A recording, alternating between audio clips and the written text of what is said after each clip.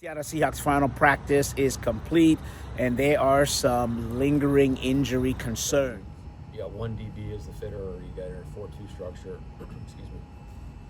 And now you need two guys, so now it would be the DB has to be able to fit the run. I guess what I'm saying.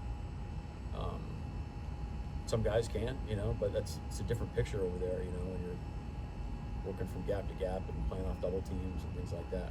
Nickels are in the fit all the time, but those are certain pictures. So it's not possible, but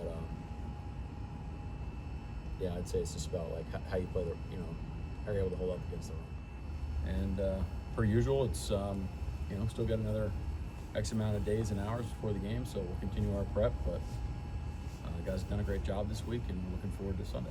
You're only learning the game plan plays, so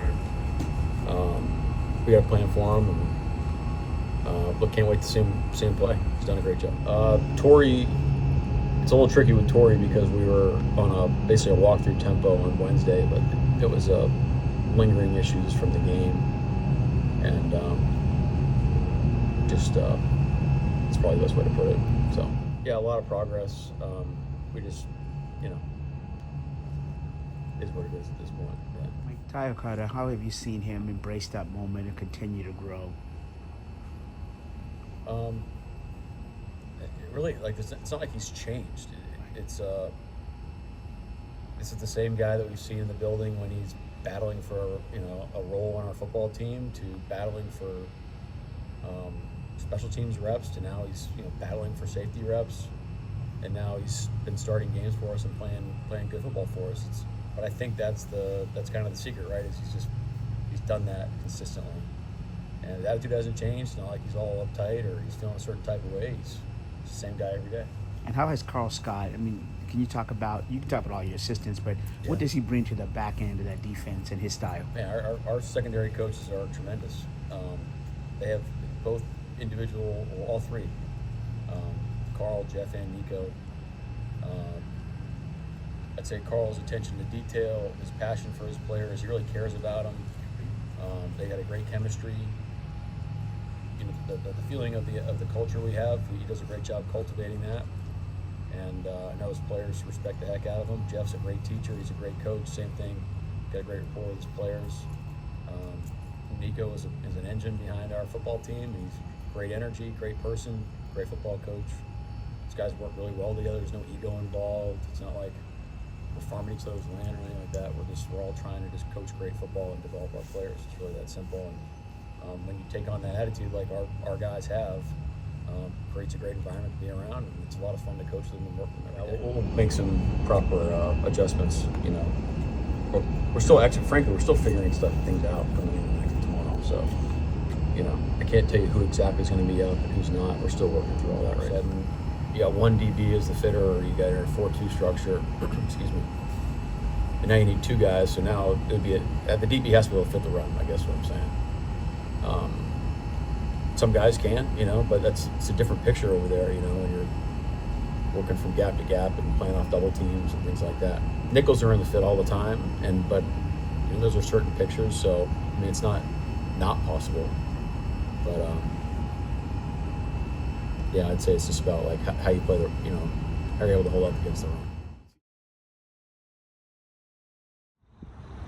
All right, so there you go. You saw the injury report, and you saw a vague Mike McDonald, and vague for a reason.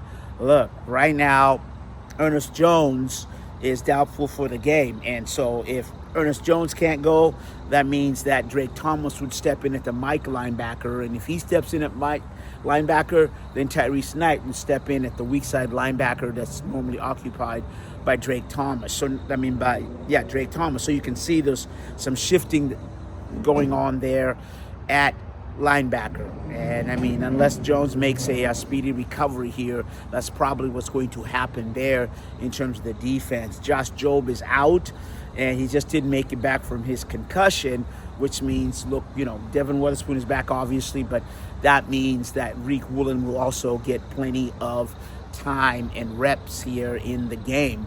Now, the other position that's hit hard by injuries is wide receiver. So Derek Young and Jake Bobo are out. Tory Horton is doubtful, and Cooper Kupp is questionable. My guess is that Cooper Kupp will play, but the other three probably not. And when we asked Mike McDonald about Horton, he said, hey, you know what? It was something that happened in the Washington game. It was lingering during practice. But you know what? Here comes some reinforcements. That is in terms of Rashid Shaheed, who obviously the Seahawks picked up from the Saints this week. And he said, you know what? He had a real good practice week. He got a good connection with Sam Darnold. And he kind of, not kind of, but he's got a real good connection with him as much as you can in terms of, 1 week. But he does have a grasp on the plays that they have programmed, that they have practiced this week to try to go against the Cardinals defense. The Cardinals defense is ranked number 12 in terms of run. So it's going to be tough sledding, but the Seahawks need to generate some type of run game, because the good note is the Cardinals defense, pass defense, is ranked number 23. So if you can get some traction against, as I said, the 12th ranked, this 12th ranked defense in terms of run, then, it'll obviously open up your pass, and then you can use the play action, and then you balance the attack against the Cardinals defense. That's, is a good defense overall. And then I just think in terms of offense, the Seahawks have just to be consistent, and they continue. Can Sam Darnold continue to play the way he's been playing? Well, you're hoping for that. JSN, obviously, he's going to get his reps. And then I talked with Elijah Arroyo, and he said, you know what, they're confident and not overconfident, but they understand the task at hand. And so I would say look for the tight ends to also get some major parts in terms of this on Sunday. Now, A.J. Barner is questionable, so again, there's another injury concern, and we'll have to wait and see until Saturday afternoon when the Seahawks are on 1 p.m. That's when the Seahawks make their roster moves.